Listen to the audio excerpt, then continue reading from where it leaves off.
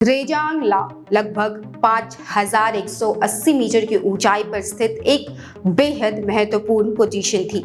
इसका बचाव 13 कुमाऊं की चार्ली कंपनी ने किया था। लगभग 2 किलोमीटर के दायरे में तैनात चार्ली कंपनी में सभी रैंकों के कुल 127 सैनिक शामिल थे। कंपनी में नंबर 7, 8 और 9 प्लाटून शामिल थे।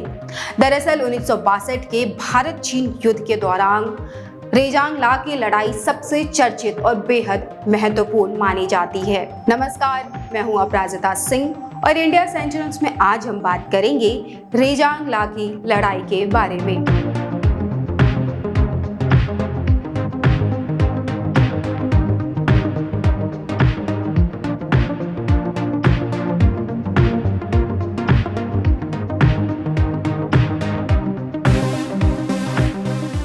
17-18 नवंबर की दरमियानी रात करीब 10 बजे युद्ध क्षेत्र में भारी बर्फीली आंधी लगभग 2 घंटे तक चलती रही। तूफान के बाद विजिबिलिटी बढ़कर 600 मीटर हो गई। इसके बाद 2 बजे 8 प्लाटून के सैनिकों ने लगभग 700-800 मीटर की दूरी पर घूमते हुए चीनी सैनिकों के एक बड़े दल को देखा। LNK ब्रिजलाल प्रमुख पार्टी कमांडर इस सूचना को देने के लिए पलटन मुख्यालय चले गए। तब तक चीनी पोस्ट से छोटे हथियारों की फायरिंग रेंज के भीतर आगे बढ़ चुके थे।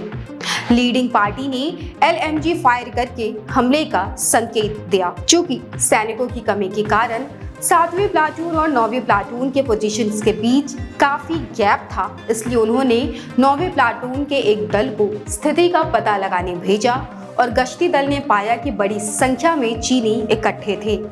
हालांकि चार्ली कंपनी के सभी सिपाही ट्रिगर पर उंगलियां रख के हमले का मुंहतोड़ जवाब देने को तैयार थे।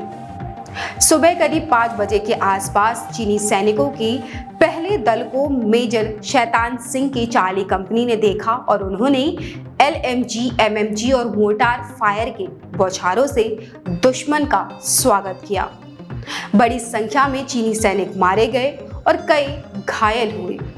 जल्द ही रेजांग ला की ओर जाने वाली सभी गलियां चीनी लाशों से भर गईं। इसके बाद चीनियों ने 4 और हमले किए, लेकिन हर बार पीछे हट गए। हालांकि भारतीय सैनिकों को भी कम सैनिक और गोला बारूद की कमी का सामना करना पड़ रहा था, क्योंकि लगातार गोलीबारी के बीच कई सैनिक मारे गए थे। लगभग 5:45 तक चीनी फ्रंटल हमला विफल हो गया और उन्हें वापस खदेड़ दिया गया। इस झटके के बाद चीनियों को यह एहसास हुआ कि रेजांग ला उनके लिए आसान नहीं होगा और उन्होंने अपनी रणनीति बदल दी। उन्होंने भारी तोपों से रेजांग ला पर बमबारी शुरू कर दी। इसी दौरान मेजर शैतान सिंह की बाह में दुश्मन की गोलियां लगी। हालांकि अपनी सुरक्षा के परवाह किए बिना वो लड़ते रहे।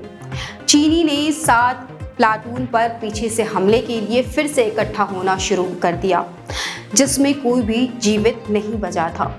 मेजर शैतान सिंह ने आगे बढ़ते हुए चीनी को रोकने के लिए अपने बचे गोला बारूद इकट्ठा किए। चूंकि पलटन के सभी पदों पर कब्जा कर लिया गया था और कोई भी जीवित नहीं बचा था, इसलिए दुश्मन भारी गोलाबारी के बाद पीछे से चार्ली कंपनी के मुख्यालय पर हमला करने के लिए फिर से इकट्ठा हो रहा था। इसी बीच मेजर शैतान सिंह के पेट में एक आग का गोला लगा और खून की कमी के कारण वो बेहोश हो गए। उनका शरीर तेजी से ठंडा पड़ रहा था। हालांकि वो एक पल के लिए होश में आए और अपने वफादार आदमियों से, जो उन्हें ले जाने की कोशिश में अपनी जान जोखिम में डाल रहे थे, उनसे कहा उन्हें अकेला छोड़ दिया जाए और अपनी जान बचाए। जवानों ने बेहद अनिच्छा से उनकी बात मानी। मेजर शैतान सिंह ने अपने साथियों को अंतिम संदेश दिया। CO और बटालियन को बताया जाए कि कंपनी ने कितनी अच्छी लड़ाई लड़ी। रेजांग ला की बर्फीली चोटियां इतने कम बनाम इतने सारे के इस असमान युद्ध को देखकर बेबस होकर खड़ी थीं। मेजर शैतान सिंह की मृत्यु के बाद कंपनी हवलदार मेजर हरफूल सिंह ने 3 जीवित बचे लोगों का नेतृत्व किया और दुश्मन के हमले को तब तक के लिए रोक दिया जब तक कि वो गिर नहीं गए।